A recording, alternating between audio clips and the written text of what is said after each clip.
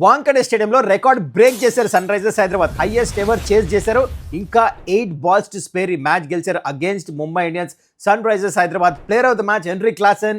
Tsunami start చేసాం Travis షేక్ నుంచి, ఇషాన్ మలింగా నుంచి brilliant once again performance, very consistent. And also Salil Arora 300 strike రేట్తో మ్యాచ్ ఫినిష్ చేశాడు. ఏమైనా మ్యాచ్ చూసారు నిన్న, మాత్రం ఇన్ డీటెయిల్ మాట్లాడాల్సిందే. And also Sunrisers Hyderabad టేబుల్లో నెంబర్ 3rd పొజిషన్కి జంప్ కొట్టేశారు. And also orange cap SRS దగ్గర, పర్పుల్ క్యాప్ ఎస్ఆర్ఎస్ దగ్గర. ఇంకేం కావాలి, ఇన్ డీటెయిల్ డిస్కస్ చేద్దాం. అండ్ ఆల్సో ఇవాళ గుజరాత్ టైటన్స్ హోమ్ గ్రౌండ్లో ఆడబోతున్నారు స్ట్రాంగ్ ఆర్సీబీతో. మరి ఈ మ్యాచ్ ఎవరు గెలవబోతున్నారు?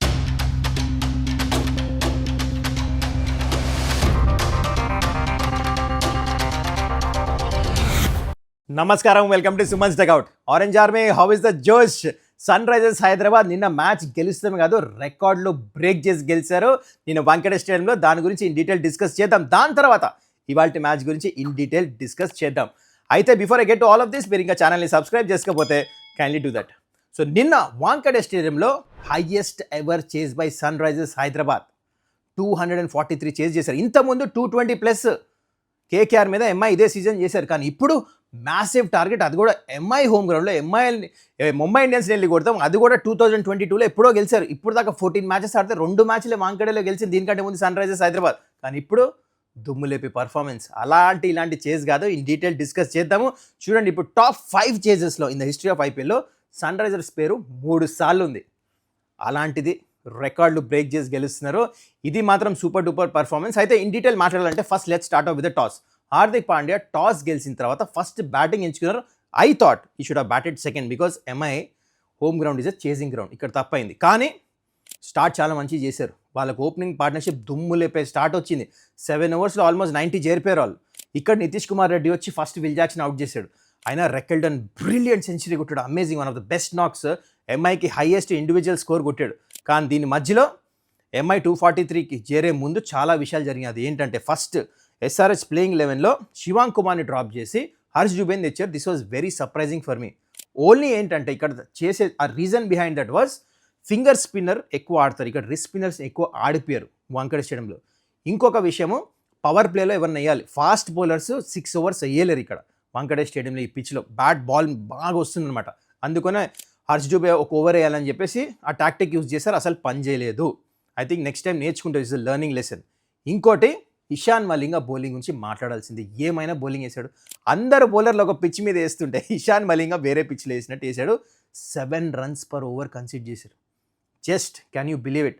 ఆ slower ones, first ball slower ones start చేశాడు, బౌన్సర్ వేస్తాడు. అంటే ఎవరు కొట్టలేపారు ఇషాన్ మలింగా. యార్కర్లు వేస్తున్నాడు, బ్రిలియంట్ బౌలింగ్, షబాష్. అంటే నాకు అనిపించింది player of the match award కూడా తనకి ఇవ్వచ్చు. అలాంటి పర్ఫార్మెన్స్. అంటే బ్యాటింగ్ పిచ్ మీద బ్యాటర్స్ కొడతారు runs. End of the day క్లాసెన్కి వచ్చింది, దాని గురించి డిస్కస్ చేద్దాం. సో మొత్తానికి 243 చేరుకున్నారు. రెకెల్టన్ మంచిగా, వేరే బ్యాటర్స్ కూడా మంచిగా ఆడారు. వాళ్ళ మొమెంటం క్యారీ అయింది. కానీ ఎస్ఆర్హెచ్ లాస్ట్లో మంచి పుల్ బ్యాక్ చేశారు. లాస్ట్ 4 ఓవర్స్లో 40 runs ఇచ్చారు. దానివల్ల ఏమైందంటే 270, 280 వెళ్తుందా అనుకున్న ఒక టైంలో, కానీ అవ్వలే. కమిన్స్ మంచి క్యాప్టెన్సీ చేసి ఉన్న లిమిటెడ్ బౌలింగ్ ఆప్షన్స్ ఏవైతే ఉన్నారో కరెక్ట్గా పజిల్లాగా ఇట్లా ఫిట్ చేసి ఎవరిని ఏ ఓవర్ వేపియాలో మంచిగా పుల్ బ్యాక్ చేశారు. This is what exactly Sunrisers Hyderabad. Last match ఆర్ఆర్తో ఇదే చేశారు, ఇప్పుడు మళ్ళీ ఎంఐతో ఇదే చేశారు. అదే ఫరక్ పడింది లాస్ట్లో. Okay, now let's talk about Sunrisers Hyderabad batting. వెళ్ళే ముందే యాంటిసిపేషన్ ఉండింది, ట్రావిస్ షేక్ దుమ్ము లేపుతారని చెప్పేసి ఆ ఎక్స్పెక్టేషన్స్ మ్యాచ్ చేశారు. నాకు నచ్చింది ఏంటంటే ట్రావిస్ హెడ్ ఫామ్లో వచ్చేసాడు. ఎస్, ఒక 3 క్యాచ్లు డ్రాప్ అయినాయి, హాఫ్ ఛాన్సెస్ ఉండినాయి. కానీ దాని మధ్యలో ఎట్లయితే షార్ట్స్ ఆడాడు, 70+ runs, నెక్స్ట్ లెవెల్ బ్యాటింగ్ చేశాడు. అభిషేక్ శర్మ మళ్ళా కన్సిస్టెంట్గా రన్స్ కొట్టాడు. తను కూడా 185 స్ట్రైక్ రేట్తో 3 6లు దాంట్లో. అండ్ వాళ్ళ పార్ట్నర్షిప్ ఏంటంటే కరెక్ట్గా 6 ఓవర్స్లో 92 runs. ఇక్కడ మ్యాచ్ ఫినిష్. అంటే కరెక్ట్గా 10 runs per overకి రిక్వైర్డ్ రన్ రేట్ తెచ్చేసాడు. అండ్ ఇక్కడ ముంబైకి అర్థం కాలే కొడుతుంటే, క్యాచ్లు డ్రాప్ చేశారు, లైన్ అండ్ లెన్స్ సరిగా వేయలే. నాకు ఇక్కడ ముంబై చేసిన బిగ్గెస్ట్ మిస్టేక్ ఏమనిపించింది అంటే, ఫస్ట్ ఓవర్ బుమ్రా నేపియాలి. అక్కడ బోల్ట్ నేపిస్తే ఏమవుతుంది, మొమెంటం వచ్చింది. అభిషేక్ శర్మ అట్లా 6 కొట్టాడు, కవర్స్ పెంచి అక్కడ నుంచి మొమెంటం అందుకున్నారు. ఇంకా ఆగలే, బుమ్రాని అటాక్ చేశారు. బుమ్రా 6th ఓవర్ వేస్తే అక్కడ అటాక్ చేశారు. అంటే వెన్ యూ ఆర్ చేజింగ్ 243, మీరు ఎప్పుడు 16 ఓవర్స్ మ్యాచ్ ఆడలేం బుమ్రాని చూసి ఆడిన తర్వాత. No, you have to attack. అదే చేశారు. ఆ 92 runs 6 ఓవర్స్లో కొట్టిన తర్వాత అయిపోయారు. అక్కడ 120+ runs పార్ట్నర్షిప్ వచ్చింది. దాని తర్వాత అభిషేక్ శర్మ అవుతాడు. ఇమీడియట్గా Ishan Kishan, point to be note, Ishan Kishan ముంబైతో మరొకసారి 3వ సారి రన్స్ కొట్టపోతాము. So 1 out failure. But again అదేంటో కానీ ముంబైతో రన్స్ కొట్టట్లేతను. దాని తర్వాత మళ్ళీ ట్రావిస్ హెడ్ అవుట్ అయిపోయాడు. ఇక్కడ మ్యాచ్ మొత్తం తిరుగుతుందా అనుకున్నాం, కానీ ఇక్కడ క్లాసెన్ బ్యాటింగ్ చేశాడు. క్లాసెన్ మీద ఒక ట్యాగ్ ఉంది ఇప్పుడు ఏంటంటే మ్యాచెస్ ఫినిష్ చేయడం. ఈ మ్యాచ్ ఫినిష్ చేశాడు. ఇంకోటి క్లాసెన్ స్ట్రైక్ రేట్ తక్కువ ఉందని చూసారా, ఇప్పుడు 243 చేజ్ చేస్తున్నప్పుడు almost 10, 11, 12 runs per over. Generally నేను గేమ్ ప్లాన్ క్లాసెన్ది లాస్ట్ దాకా ఆడతాడు, వేరే బ్యాటర్స్ తన చుట్టూ ఫాస్ట్ ఆడతాడు అనుకున్నా, కానీ అందరినీ రాంగ్ ప్రూవ్ చేశాడు. తనే కొట్టాడు. He took the ownership. Nitish played the second fiddle, కానీ ఏమైనా కొట్టాడు. ఆ షాట్లు క్లాస్, ఎక్కడ చేస్ చేయట్లేదు నా ఫీలింగే రానికుండా సూపర్బ్గా బ్యాటింగ్ చేసి player of the match, thoroughly deserving. ఆ 65 రన్స్, 200 పైన స్ట్రైక్ రేట్, ఆ 6లు, ఆ బౌండరీలు దుమ్ము లేపేశాడు క్లాసెన్ మొత్తానికి. ఎవ్రీ మ్యాచ్ 25+ రన్స్ కొట్టాడు. అండ్ ఆల్సో ఈ మ్యాచ్లో నాకు నచ్చింది సలీల్ అరోరా ఎట్లయితే మ్యాచ్ ఫినిష్ చేశాడు. 10 balls అన్బిటెన్ 30, దానివల్ల 8 balls స్పేర్ ఎస్ఆర్ఎస్ మ్యాచ్ గెలిచారు. అయితే ఈ నాక్లో ఒక 6 కొట్టాడు, నో లుక్ సిక్సర్, బూమ్రాకి ఇట్లా straight 6, one of the best shot ఈ మ్యాచ్లో. బ్రిలియంట్ బ్యాటింగ్ చేశాడు. చూడండి, this is a collective effort. Different player of the matches వచ్చినాయి ఇప్పుడు దాకా. ఈ ఐపీఎల్లో ఎస్ఆర్హెచ్కి 6 మ్యాచ్లు గెలిస్తే 6 different player of the matches. This are the signs of a champion team. Brilliant. Last year RCB ఇట్లానే చూడండి, different player of the matches. So అలాంటి ఫార్ములానే ఫాలో అవుతున్నారు. ప్రతి మ్యాచ్ ఒక డిఫరెంట్ ప్లేయర్ గెలిపిస్తున్నాడు. Okay, now coming to points టేబుల్లో number 3rd పొజిషన్కి వెళ్ళిపోయారు. ఎస్ఆర్హెచ్కి ఇంకా మిగిలింది 5 మ్యాచ్లు. దాంట్లో మినిమం 2 మ్యాచ్లు గెలిస్తే ప్లే ఆఫ్స్కి అయితే క్వాలిఫై అవుతారు. ఐఎమ్ వెరీ కాన్ఫిడెంట్ ఇదైతే జరుగుతుంది. కానీ నేనేమంటా అంటే aim for the top 2. Top 2లో ఫినిష్ అవుతే మీకు తెలుసు ఆ ఎక్స్ట్రా మ్యాచ్ దొరుకుతుంది ఫైనల్కి వెళ్తానికి. You never know, one bad game you're out of the tournament. అందుకనే టాప్ 2 ఏం చేస్తే ఫైనల్కి వెళ్తానికి ఎక్స్ట్రా ఆపర్చునిటీ ఉంటుంది. సో అది సంగతి. మొత్తానికి ఇంకో గుడ్ న్యూస్ ఏంటంటే ఆరెంజ్ క్యాప్ కూడా అభిషేక్ శర్మ దగ్గరకు వచ్చేసింది, ఎస్ఆర్ఎస్ ప్లేయర్ దగ్గర. ఇంకోటి పర్పుల్ క్యాప్ కూడా ఇషాన్ మలింగా మన దగ్గర ఉంది, ఎస్ఆర్ఎస్ దగ్గర. So this are very good signs, everything following in place. Fantastic victory from Sunrisers Hyderabad, record breaking victory. అది కూడా ముంబై ఇండియన్స్ వెళ్ళి ముంబైలో ఎన్నో సంవత్సరాలు అంటే లాస్ట్ 4 years నుంచి అవన్నీ చేసి చూపించారు. Well done, too good. So ఇవాల్టి మ్యాచ్ అహ్మదాబాద్లో ఆడుతున్నారు. హెడ్ టు హెడ్ చూసుకుంటే ఇప్పుడు దాకా జీటీ వర్సెస్ ఆర్సీబీ 7 మ్యాచెస్ అయినాయి. దాంట్లో 4 మ్యాచెస్ ఆర్సీబీ గెలిచారు. హెడ్ టు హెడ్ ఈ గ్రౌండ్లో ఆడింది ఒక్కటే మ్యాచ్, ఆ ఒక్క మ్యాచ్ ఆర్సీబీ గెలిచారు.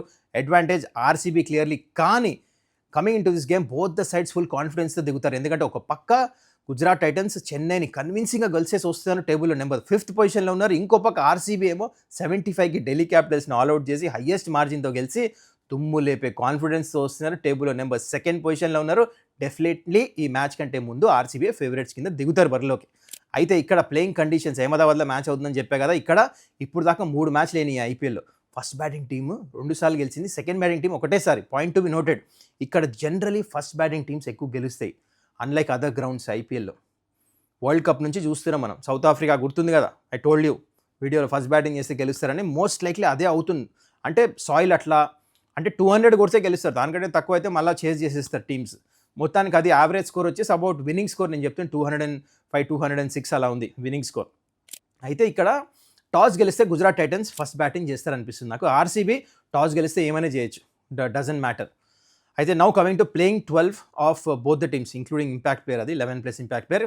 ఫస్ట్ గుజరాత్ టైటన్స్ టీం చూస్తే టాప్ 3 బ్యాటర్స్ వీళ్ళకి మెయిన్. సాయి సుదర్శన్ మంచి ఫామ్లో ఉన్నాడు, Gill also decent form, and Buttler. వీళ్ళు కొట్టపోతే ప్రాబ్లం అవుతుంది. వీళ్ళే కొట్టి 200+ రన్స్ కొడితే అప్పుడు ఛాన్స్ ఉంటుంది గుజరాత్కి మ్యాచ్ గెలుస్తానికి.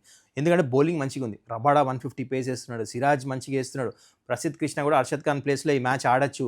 ఇంకోటి రషీద్ ఖాన్, మానవ్ సుతార్, మంచి బౌలింగ్ అటాక్ ఉంది గుజరాత్ టైటన్స్ దగ్గర. On the other side RCB squad చూస్తే కంప్లీట్ అనిపిస్తుంది. లాస్ట్ మ్యాచ్ ఎట్లా బౌలింగ్ వేసారు చూసారు కదా, భువనేశ్వర్ కుమార్ ఇంకా హేజిల్వుడ్ నెక్స్ట్ లెవెల్ బౌలింగ్ ఇది. అండ్ రసిక్, దాని తర్వాత కునాల్ పాండ్యా, సుయాష్ మంచి అటాక్ ఉంది. దాని తర్వాత బ్యాటింగ్లో కూడా కోహ్లీ మంచి ఫామ్లో ఉన్నాడు, ఎస్పెషల్లీ పతిదార్ అయితే ఫామ్లో ఉన్నాడు. తను బ్రిలియంట్, అంటే is making the most fast ఆడుతున్నాడు 200+. దానివల్ల పెద్ద టోటల్స్ వస్తున్నాయి. ఆర్సీబీ చేసింగ్ కూడా ఈజీ అవుతుంది. పతిదార్ మంచి ఫామ్లో ఉన్నాడు, పడికల్ మంచి ఫామ్లో ఉన్నాడు, ఇంకా బెతెల్ కూడా మంచి స్టార్ట్ ఇచ్చాడు ఈ మ్యాచ్. మరి బెతెల్ ఆడతాడేమో ఈ మ్యాచ్ కూడా, ఐ డోంట్ థింక్ సో. విల్సార్డ్ ఇంకా ఫిట్ ఉన్నాడు. Then all of that batting మీకు తెలిసి టిమ్ డేవిడ్ దాకా బ్యాటింగ్ ఉంది. అయితే now coming to match prediction, నాకు అనిపిస్తుంది ఎవరైతే ఫస్ట్ బ్యాటింగ్ చేస్తారో ఈ మ్యాచ్ వాళ్ళు మ్యాచ్ గెలుస్తారు. I know RCB is very strong, కానీ ఒకవేళ it all depends on top 3 of Gujarat ఎట్లా ఆడతారు. ఈ తట్టుకొని భూవీ, హేజిల్వుడ్ ఈ బౌలింగ్ని మంచి పార్ట్నర్షిప్ చేసి వాళ్ళకు ఫార్ములా ఫాలో అవుతారు. 200 రన్స్ కొట్టేరా, గేమ్ ఈజ్ ఆన్, జీటీకి గెలుస్తారని కూడా ఛాన్స్ ఉంది. అదే ఒకవేళ ఆర్సీబీ ఫస్ట్ బ్యాటింగ్ చేస్తే మళ్ళీ they will run away with this match easily. Second batting చేస్తేనే చాలా క్లోజ్ అవుతుంది అనిపిస్తుంది నాకు. Anyways to predict the match, first batting team to win the match అంటే నేను. మరి మీరేమంటారు మ్యాచ్ ప్రెడిక్షన్ అండి? మొత్తానికి ఇది సంగతి. I hope enjoyed this video. I hope this was informative, especially SRH fans. I know you must be elated ఎట్లయితే match గెలిచారో ఎస్ఆర్హెచ్. మళ్ళీ మనం నెక్స్ట్ వీడియోలో కలుద్దాం. Till then take care. ఇంకా ఛానల్ సబ్స్క్రైబ్ చేసుకోకపోతే క్యాన్ యూ డూ దట్. చలో bye.